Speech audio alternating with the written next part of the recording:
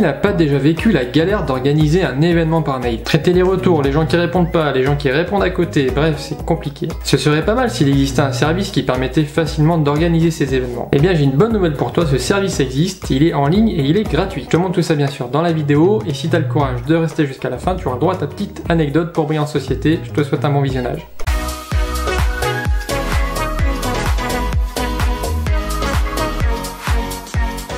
Salut à toi, j'espère que tu vas bien, moi c'est Max, bienvenue sur ma chaîne dans laquelle j'accompagne tous ceux qui veulent s'initier aux bases de l'informatique comme toi.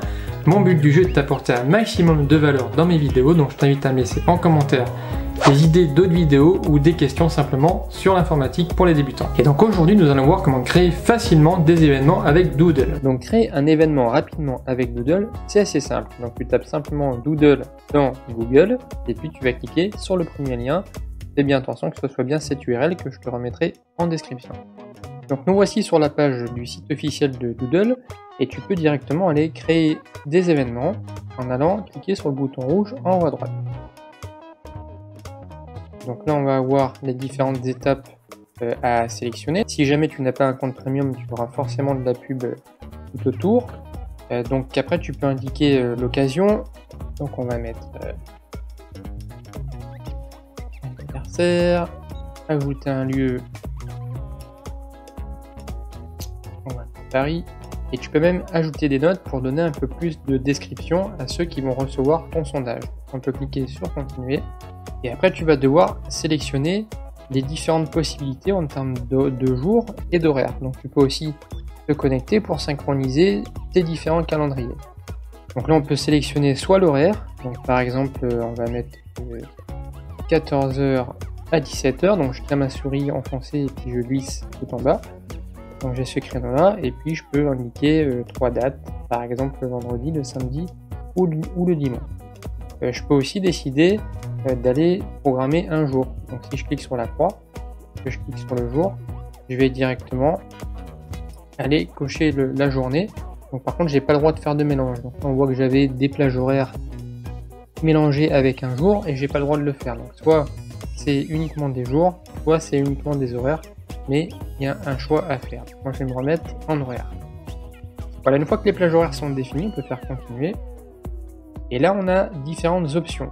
Donc certaines disponibles dans la partie gratuite et d'autres disponibles avec un abonnement premium. Donc il faut payer. Je vous montrerai la partie tarif 1 un peu plus tard. Donc au niveau des options disponibles dans la partie gratuite, tu as oui, non si nécessaire. Donc ça veut dire que tu donnes 3 choix à l'utilisateur. Présent, en gros c'est présent, pas présent. Et puis une troisième option qui serait peut-être. Donc après tu as limité le nombre de votes par proposition. C'est-à-dire que si tu as plusieurs choix, effectivement, comme c'est écrit en dessous, c'est le premier arrivé qui est le premier servi.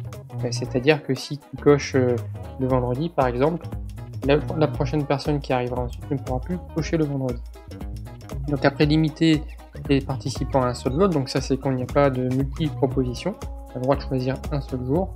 Et après sondage caché, ça veut dire que ceux qui vont participer au sondage ne verront pas ce qu'ont fait les autres. Donc en fonction de tes choix ensuite tu peux faire continuer. Et là c'est très important parce que le sondage va être nommé avec ton nom et va être envoyé à ton courriel. Donc c'est très important de remplir correctement tes informations. Voilà, ensuite tu peux faire terminer. Et le sondage est créé, donc un petit récapitulatif du sondage, avec la possibilité déjà de faire un premier vote si tu souhaites participer. Et ce qui est très important, c'est de copier cette URL, donc ce lien, qui permettra de pouvoir partager ce sondage. Donc là tu peux faire copier, et après le mettre dans un mail pour l'envoyer. Donc sur ton mail, tu vas recevoir la possibilité d'inviter tes participants, donc tu vas tomber sur exactement la même page que celle qu'on avait juste avant. Et puis tu as le lien qui est répété ici et qui te permet de copier-coller ce texte et de l'envoyer à tous ceux que tu veux questionner. Voilà, donc là je te fais un petit exemple d'un mail que tu pourrais envoyer à tes différents contacts qui participeraient à l'événement. Donc là j'ai juste indiqué que pour sélectionner la bonne période pour l'anniversaire, merci de répondre au sondage, et j'ai collé le lien que Doodle m'avait donné. Donc là je vais envoyer le mail et puis je vais te montrer ce que va recevoir la personne à l'autre bout. Voilà, donc là je viens de recevoir le mail et tu vois que la personne n'a plus qu'à cliquer sur le lien qu'elle a reçu pour aller remplir le sondage. Donc là si elle clique sur le lien, Donc la personne arrive sur cette page et elle va pouvoir mettre son nom et voter en fonction de ce qu'elle désire. Donc soit, comme on a laissé la possibilité de tout cocher, mettre tout activé, ou soit en enlever une et on va voir ce que ça donne. Donc là je fais envoyer. Donc on peut faire revenir au sondage, ça c'est uniquement une pub pour passer en premium. Et là on voit le récapitulatif du sondage avec la possibilité de pouvoir voir directement qui est présent ou pas, et puis les compteurs, si jamais il y avait plusieurs participants, on verrait le compteur qui s'incrémenterait en fonction des périodes. Donc si maintenant en tant que gestionnaire je veux aller clôturer le sondage, puisque c'est la fin, tout le monde a répondu et on a choisi la période, je peux le faire assez simplement en cliquant sur le premier mail que j'ai reçu. Donc sur ce premier mail j'ai un lien pour aller modifier le sondage, et si je clique dessus, donc j'arrive sur cette page toujours avec un paquet de pubs en plein milieu, hein, et puis on peut aller choisir l'option finale. Donc si je fais le choix de l'option finale, je vais mettre une étoile sur une seule option ou sur plusieurs. Donc je vais sélectionner uniquement le dimanche et je mets terminé. Voilà, donc là il y a une option pour pouvoir enregistrer la date au calendrier. Donc moi je vais pas le faire, mais ça permet de clôturer le sondage, et si jamais les personnes reviennent sur ce sondage après coup, elles vont pouvoir voir directement la période qui a été choisie. Donc si maintenant on fait un petit zoom sur la partie tarif, on va pouvoir voir que en pro c'est 7 € par mois à peu près, et on va donc ne plus avoir de pub, on peut synchroniser en direct les réunions avec le calendrier, et voilà, il y a pas mal de choses. Alors personnellement je l'utilise de manière gratuite, parce que ça fait le job, on arrive à l'utiliser assez facilement, et après en fonction de toi, ta capacité, si tu es dans une société ou autre, à l'utiliser, tu auras peut-être le besoin de payer une licence. Donc en dehors de la partie payante, tu peux aussi t'inscrire. L'inscription te permettra, depuis l'interface Doodle, de voir tous les événements que tu as créés et de pouvoir y revenir et le traiter simplement. Ça permet d'éviter de revenir sur la multitude de mails que tu as reçus de Doodle pour organiser des événements.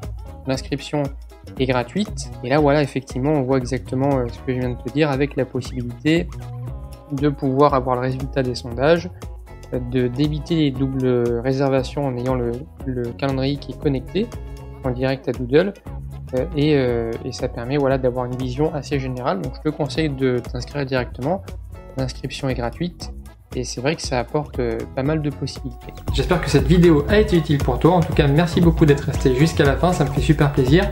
Je t'invite à me mettre un petit pouce bleu, un commentaire si tu as apprécié le contenu. Si tu as d'autres idées de vidéos ou même des questions, je t'invite à t'abonner à ma chaîne si ce n'est pas déjà fait. Et si tu veux aller un petit peu plus loin que moi, sache que je te mets à disposition une formation d'1 heure sur les 12 stratégies pour bien débuter avec ton PC.